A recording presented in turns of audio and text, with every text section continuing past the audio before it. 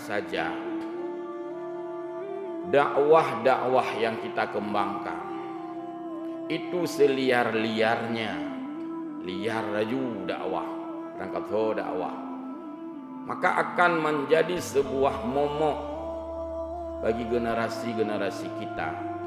Kena lebut sunyilah ibadah-ibadah dari rutinitas. Hanali rutinitas tu, selain sembahyang 5 waktu, gadah rutinitas. Tapi kerja pun boleh urang. Hari sembahyang 6 ratik, bid'ah.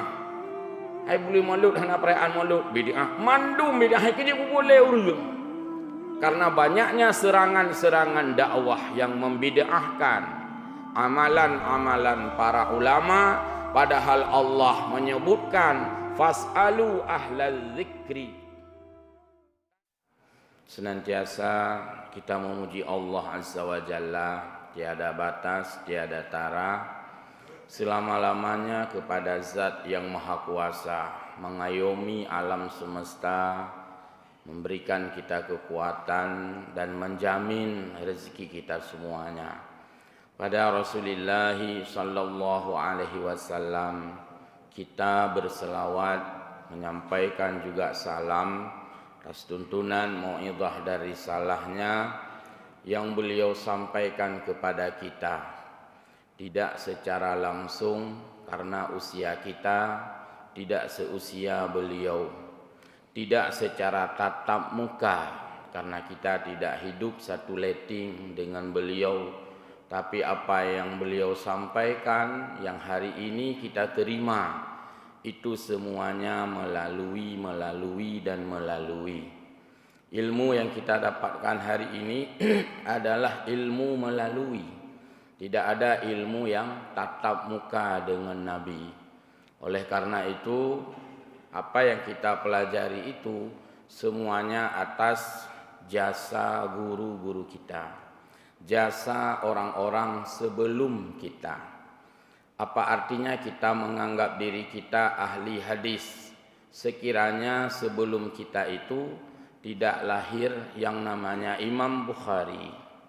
Baik tagok-gok dro terpegahnya udahnya urikut hadis. Apa artinya kalau sebelum kita itu tidak ada Imam Muslim, sebelum kita tidak ada Imam Baihaqi dan sebagainya? Oleh karena itu maka Al-Quran di dalam salah satu surat dan ayat Allah menyampaikan bahwa a'udzubillahi minasyaitonirrajim fas'alu ahlal zikri in kuntum la ta'lamun. Bertanyalah pada ahli zikir jika kamu tidak mengetahui. Makna jika kamu tidak mengetahui bukan makna saja jika, memang kamu tidak mengetahui. Bagaimana mungkin kita ketahui perbuatan Nabi? Memang kita tidak hidup bersamaan dengan beliau dan tidak semasa dengan beliau.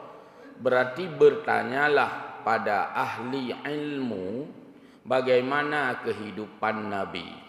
Maka kita membutuhkan jasa orang-orang yang sudah menulis bagaimana kehidupan Nabi, butuh kepada ulama sejarah. Kita ingin sekali mengikuti sunnah Nabi, maka kita membutuhkan jasa para ulama yang telah menjelaskan apa itu sunnah, apa itu hadis, mana beda sunnah dan hadis, mana perbedaan sunnah dan hadis, apa itu hadis qauliyah, apa yang namanya hadis fi'liyah, bagaimana yang disebut hadis taqririyah. Yang ilmunya kan langsung tadu ikut Nabi. Barasa ballahi tanya. Sekian lama sudah Nabi wafat, berarti kan semua itu melalui fas'alu. Kamu bertanyalah pada ahli zikir. Ahli zikir adalah ahli Al-Quran dan ahli hadis. Ahli Al-Quran bukan ahli baca teks Quran. Sehingga ada nama hana ayat bid'ah itu bir uruh di surah. hana lang ayat. Ahli hadis bukan ahli yang bisa baca teks hadis. Ateh nama hana lang hadis bid'ah, berutuh mik-mik buat kampanye bid'ah. Tansang saboh letting Nabi Yudib. Jangan lupa ada firman Allah, fas'alu ahlal zikri. Bertanyalah kamu kepada ahli zikri. Yang jelas ahli zikrinya kan Nabi. Maka berat ju fas'alu ala Nabi. Jadi Allah, Rasulnya itu sangat menghargai kedudukan para ulama. Karena ulama itu Allah juga yang memberi ilmu. Ulama itu mendapatkan ilmu juga atas izin Allah. Jadi kita semua disuruh bertanya pada ulama. Artinya eksistensi ulama, keberadaan ulama, being ulama, posisi ulama, Allah yang akui. Karena ulamanya hamba ke Allah, ke akui oleh Allah karenanya hamba, gebi kemuliaan. Sehingga untuk umat geyu tumanyang ba ulama, fas'alu ahlal zikri. Tanyalah kamu pada ahli zikir. Bahkan hang pegat oleh Allah. Menyo hana mufhum tanyang bak lung menteng. Hana pegat ayat lagi oleh Allah. Menyo hana mufhum tanyang bak lung menteng. Menangsit hadis, menyohana mufhum hadis, tanyang maklum mentang. Hana laganya. Tidak ada ayat seperti itu. Tidak ada juga pernyataan Nabi seperti itu. Tapi kita membutuhkan rentetan-rentetan, silsilah-silsilah yang disebut dengan sanadul ulum. Artinya jalur-jalur ilmu. Alah jid tak semayangnya kan jasa nek minah bak pernah tanya bak balai beut. Jid takun atahiyatul kan jasa ibu Ruqyah zaman bak SD belah sa yang hanjut ke pedang. Karena itulah maka ilmu itu didapatkan dengan tafaqquh fid din. Ilmu agama diperoleh dengan memahami agama. Kalau sudah bicara memahami, nyan berarti tidak sebatas tekstual. Kalau tekstual, enggak usah dipahami pun sudah terlihat. Dilarang menaikkan sandal. Nyan tekstual, hana payah pahami pi, hana payah pahami pi. Hai hang BPI dilok mutaji, nak payah pahami, hana. Putra, hai kada depu dilok hang BPI, hana payah pahami. Giliran PE sifat tu, yang enggak payah pemahaman. Hai sifat tu hang BPI. Akan hang BPI dilok. Man dilok betul le, adik dilok pi bumfom bacut. Yang khun memahami. Menyorong hana memahami. Sifat tu PE kanyan, sebab yang ditulis dilok. Inilah kampanye-kampanye yang banyak dilakukan untuk memberantas seluruh pemahaman agama sehingga dipaksakan agama itu seperti tekstual semata. Dihana tulis lang ayat surat padum ayat padum bidu'ah rata sago. Ini tidak memahami. Kalau kita lihat dari firman Allah, fas'alu ahlal zikri. Tanyalah kamu kepada ahlinya. Ahli agama itu punya banyak alat. Tukang yang bagus, tukang yang memiliki banyak alat. Sehingga rumah dibuat dengan bagus dan halus. Apabila ada kayu yang mau dipotong, dia menggunakan gergaji. Anjing ngemparang. Koh papeun ngan parang. Puhi releh kaya hana timang, gasa, merah. Tapi ketika dipotong dengan gergaji, itu adalah alatnya. Apabila memotong kain, dia pun tidak menggunakan gergaji. Hai kacau gaji tak guna kau hija, guna cuma cop. Kain akan menjadi ruhi karena kena mata gergaji, yang gergaji bukan dibuat untuk memotong kain, tapi gergaji dibuat memotong kayu. Dan jika hendak memotong kain, gunakanlah gunting rapi yang menanzit. Bicara tentang usul fikih, ada alatnya. Bicara tentang fikih, ada alatnya.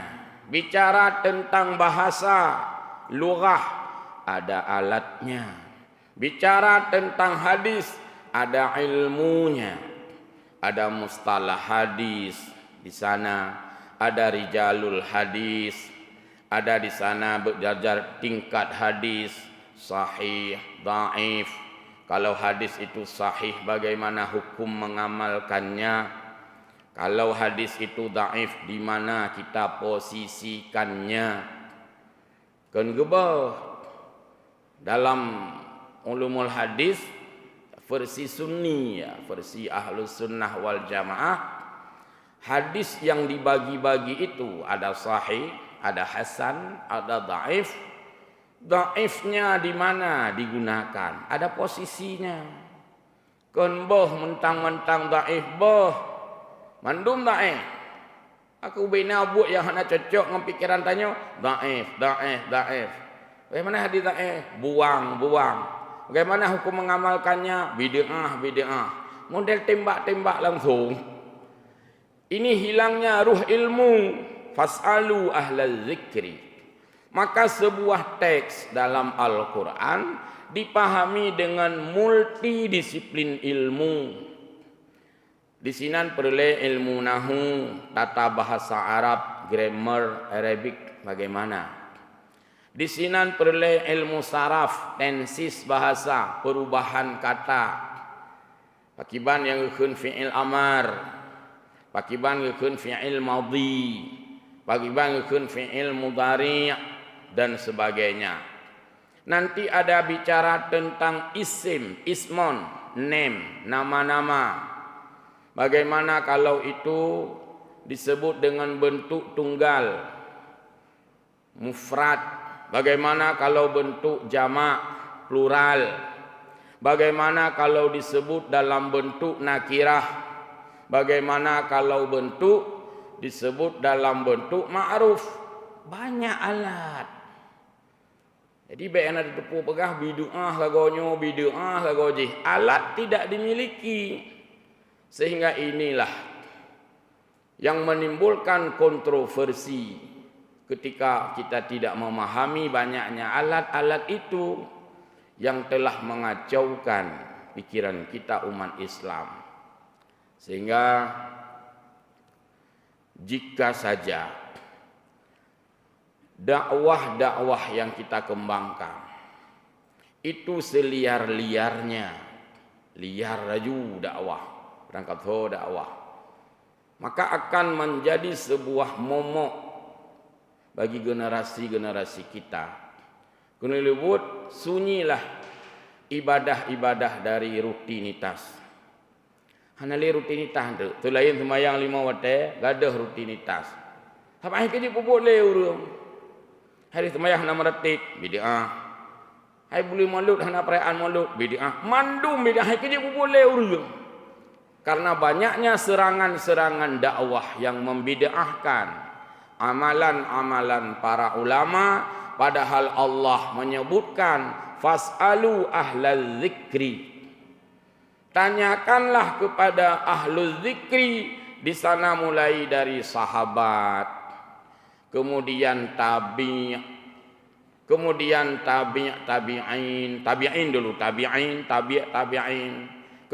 mutakaddimin, mutaakhirin, terus dijaga silsilah ilmu.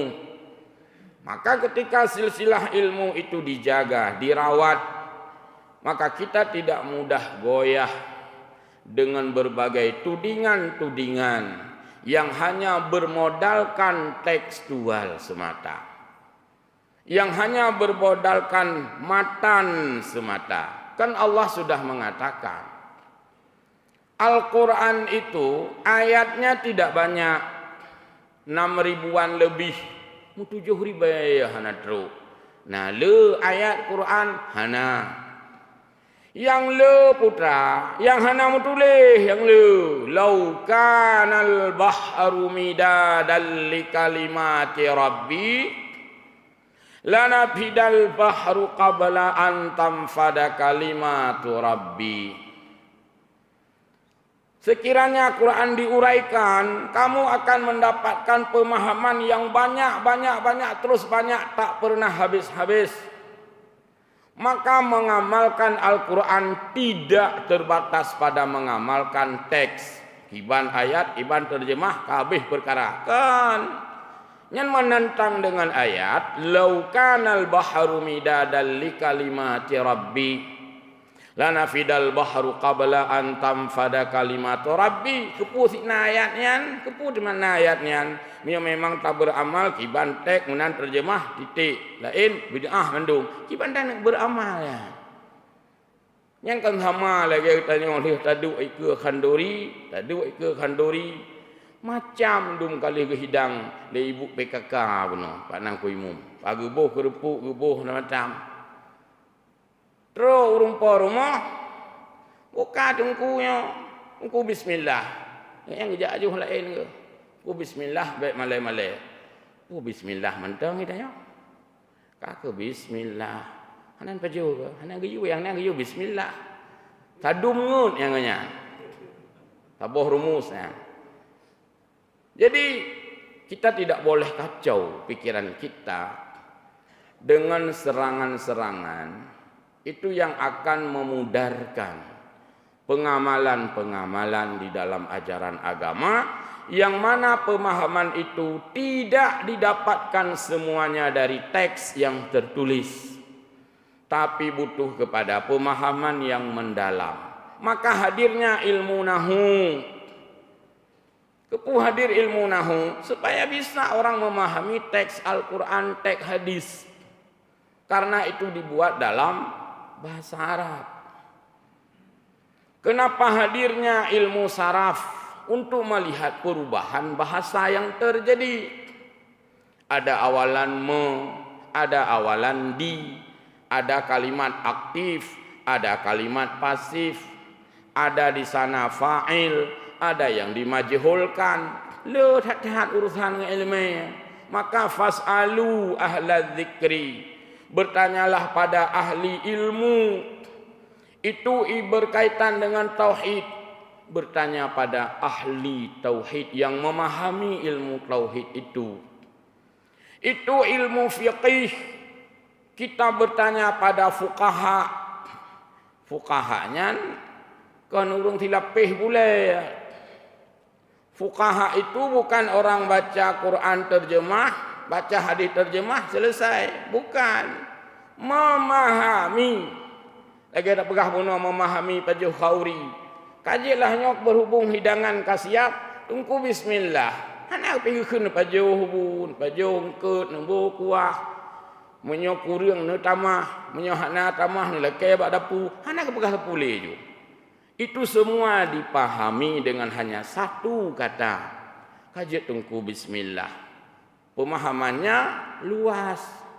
Bahasanya bismillah sagai. Mamanya obit tak ikuti teks. Pokoknya kiban geyu menanda pebut. Yang hana geyu hanya pebut. Bid'ah. Kakak kata geyu kun bismillah. Mandu manju. Bismillahirrahmanirrahim. Mu bismillahirrahmanirrahim. Pi hanya kun. Apa pakan? Hana geyu kun. Ya hana geyu kun bismillah. Hana tamah ar-Rahman. Hana tamah ar-Rahim. Hai betul ar-Rahim. Hana dengar noron begah. Bismillah lagi geyu. Bismillah. Oh hanya kun ar-Rahman ar-Rahim. Hana geyu benar. Hana perintah benar. Hana dalil benar. Ya. Jadi itu adalah konsep-konsep mumang di dalam pengembangan ilmu yang merusak daripada semangat orang berilmu. Semangat ilmu yang ada. Kitab cukup jai dalam pustaka. Kitab kuning tu. Semestinya itu dipelajari karena itu adalah alat ilmu. Man punya perletek, kenapa yang kita kitab dari tajuk Quran dak terjemah jupo yang nanya kenyan dak pebut. Itu menjatuhkan ilmu.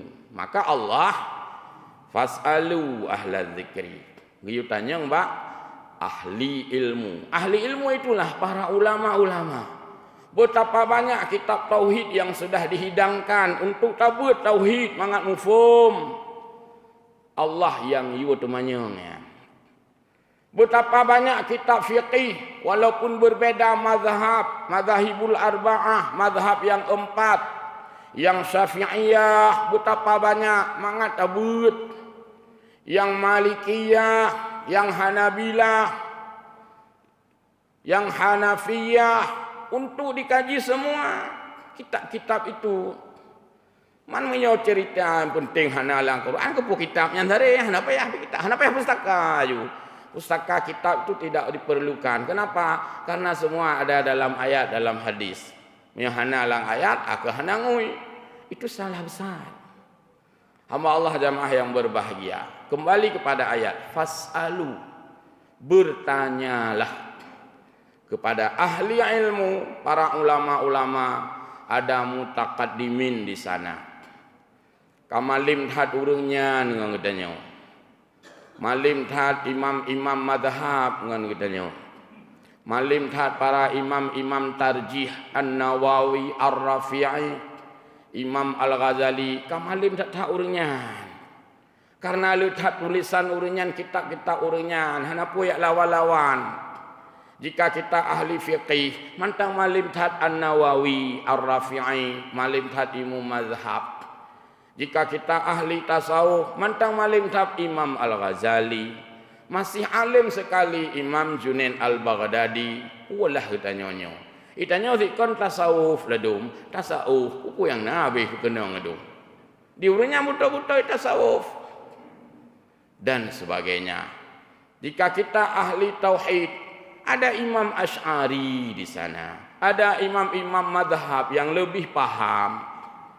Baik tiap purunang urunyan le katanya. Baik tiap pubut urunyan le katanya. Tanya tak buat ba urunyan. Maka apa yang sudah ditulis itu walaupun dia itu bukannya nabi tapi tingkat kesalahannya sama lagi katanya.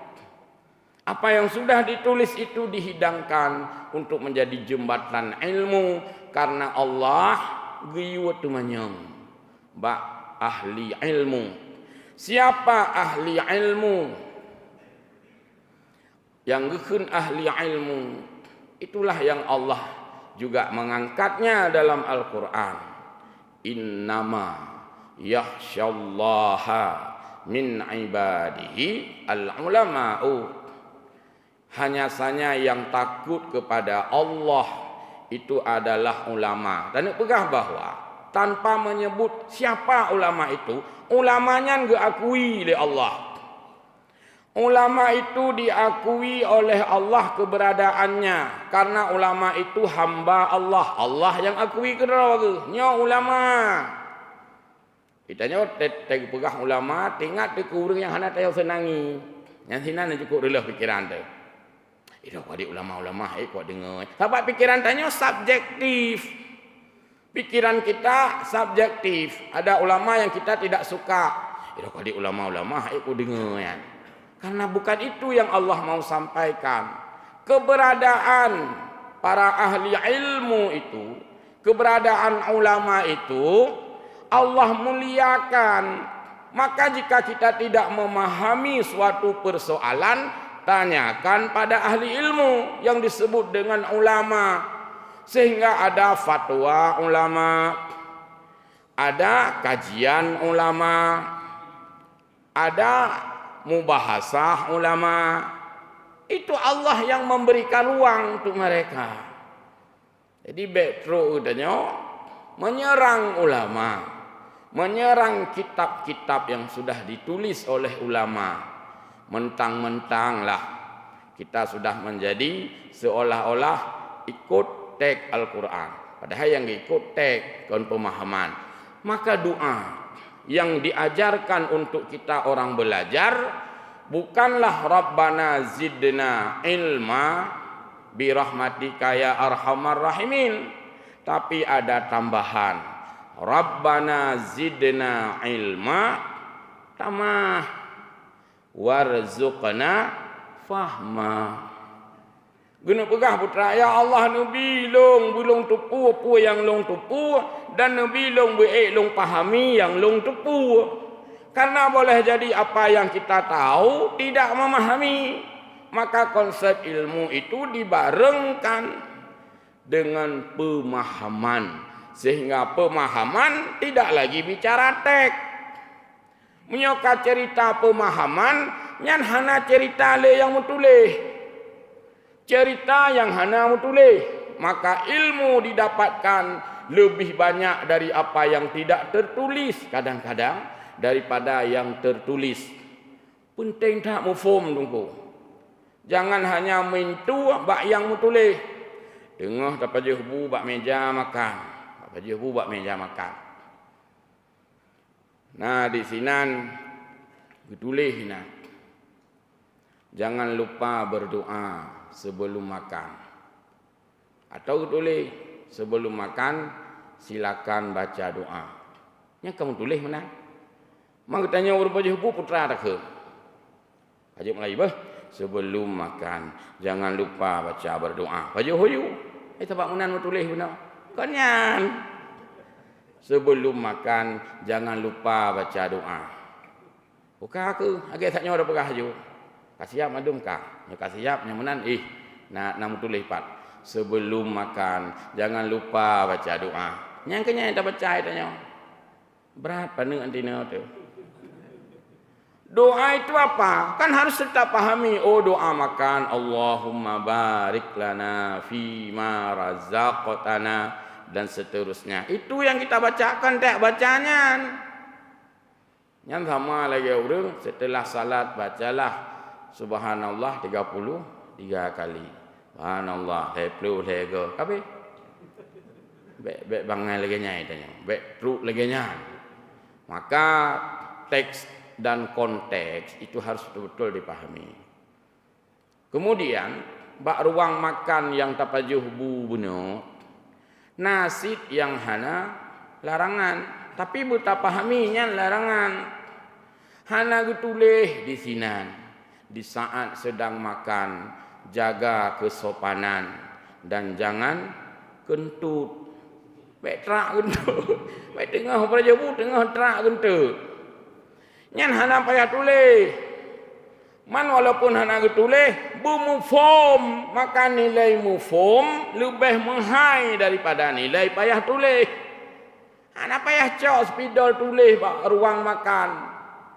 Di saat sedang makan dilarang terak gentut. Hana payah tulis. Kita harus paham bahwa tuh gentut, kentut, terak gentut itu tidak sopan sedang makan. Mana gelarang, mana payah larang, bumufom.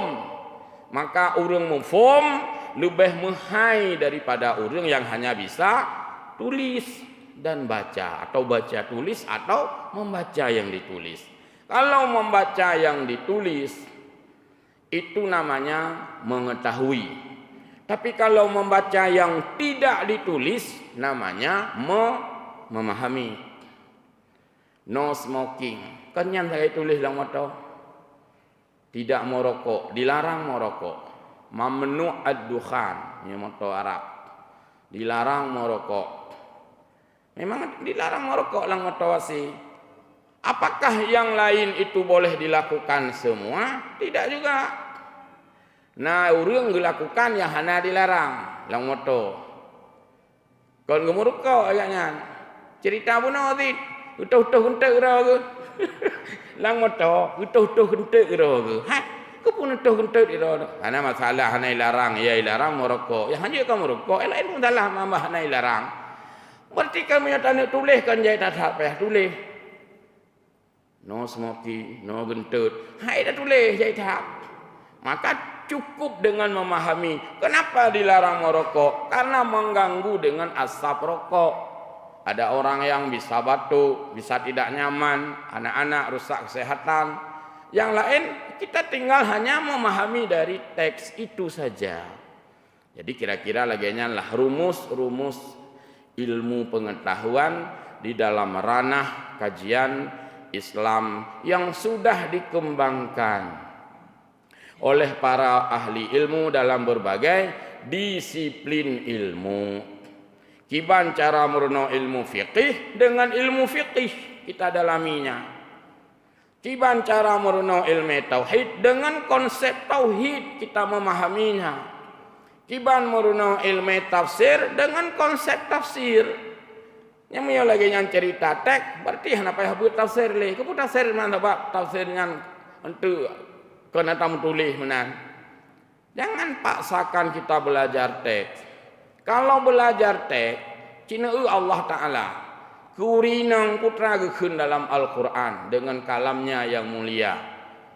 Nisa'ukum harsul lakum. Istrimu adalah sawah ladangmu. Teman eknyo, teman urinang nyan belang sehingga je tercacah-cacah aku. Nyo kunuk semula terungkah dun. Kangkon menan, maka jangan belajar dari makna teks.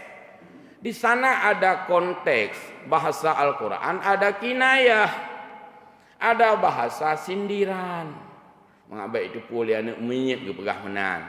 Urinang nyan belang katanya. Mana belang tempat tamu kan pula apa deh. Kan pula apa deh. Tinggal ada muri untuk nak salah. Menyo lagi nyan belang tu pula apa deh. Berarti peh tamita urina yang tumbun-tumbun mengak luah belang. Mohon maafkan.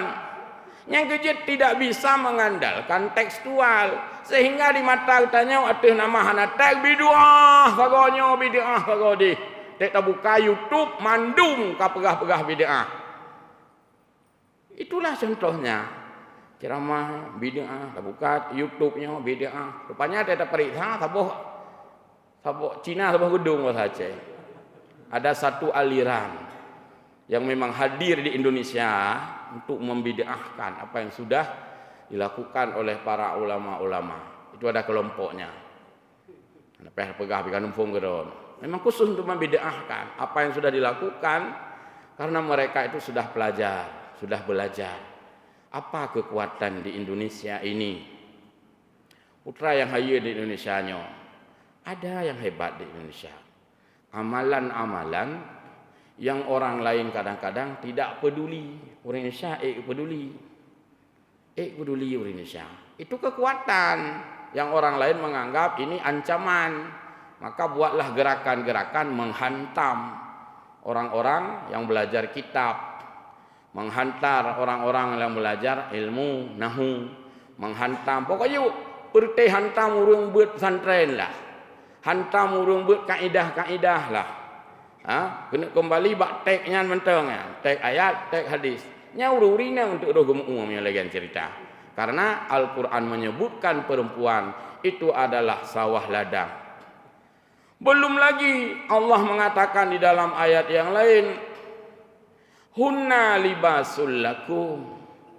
Istrimu adalah pakaianmu. Yang gosok urina. Gupu suum gosok. Ha tu urina kena tun. Unek pluru ngosok suum. Hai ku punya plulung. Gata adalah pakaian. Mambaje lihrah pun gosok. Gosok peduk tu urina. Baca kemenan nadali dalam Al-Quran. Kalau baca ayat hunna libasul lakum wa antum libasul lahunna. Kamu wahai istriku adalah pakaianku, sini aku setrika. Dan saat aku juga. Ini adalah pembunuhan terhadap pemahaman. Memangnya ayat, tapi cara Allah kena pegah lagi supaya bahasa itu indah, bahasa itu halus, bahasa itu penuh dengan kinayah. Wimu Maimun ya tegak melamar darah baru. Hana kekenlung dengar di tinona sidro gadis yang cukup dari hana. Yang nak kekenlung dengar tinona sabuh bungong yang cukup mangat harumbe. Di urung po rumah yang hana mufo mumang ke benar. Lakai maah tungku. Lampuh lung hana bungong. Hana sopula. Padahal nak darah ke kena pegah. Hai saknya na yang tubik langkama ketak got bungong. Meketam barang. Oh yang kon bungong tungkunya nak lok nya kenyan kena pegah. Jadi jangan bunuh pemahaman, karena ilmu digunakan dengan banyak versi bahasa, dengan multi gaya bahasa. Maka kita jamun TSD, SD sangat SMP dengan tu.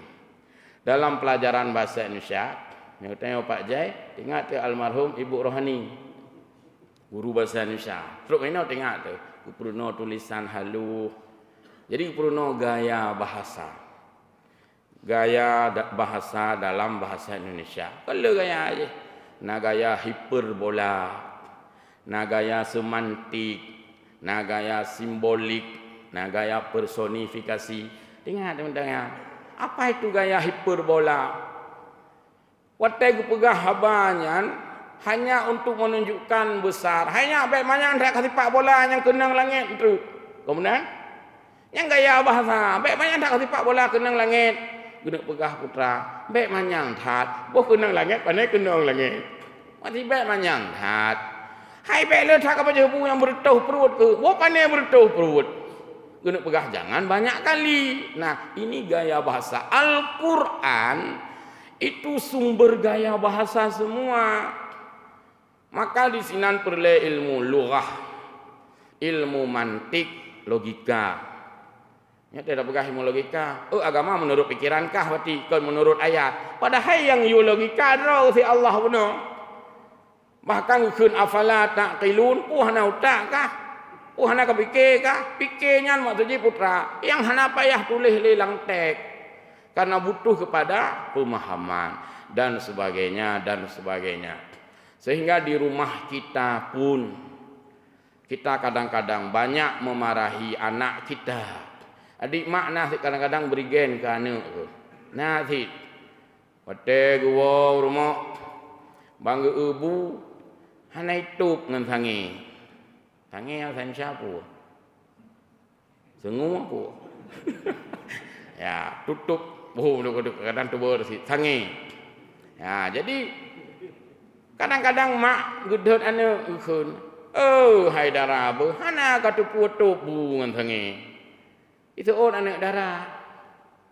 Anak pegah mana ni itu? Man payah dah pegah dari. Ya ni. Man payah dah pegah dari mu baik oh. Ikah anak mu fom. Nak mende lih bu anak payah tayu tok ngantange. Katok lah ju bu mu fom becut. Anak payah tulis setelah makan tutuplah dengan sange. Anak payah tulis. Pahami itu. Maka Al-Quran ulang kembali. Fas'alu ahlal zikri in kuntum la ta'lamun. Bertanyalah kepada para ahli ilmu. Di sana ada imam-imam dari sahabat, mujtahidin, taqaddimin, ta'akhirin. Bertanyalah. Dan untuk bertanya kepada mereka, apa ya tepat gino, karena sudah dibukukan di dalam kitab-kitab yang ditulis oleh mereka. Semoga kita menjadi orang yang mengikuti jalur ilmu, termasuk orang-orang yang memahami apa yang ditulis, tidak hanya melihat dengan tulisan teks saja, tapi juga dalam konteks yang lebih mendalam. Amin ya rabbal alamin. Wallahul muwaffiq ila aqwamit thariq. Mohon maaf. Wassalamualaikum warahmatullahi wabarakatuh.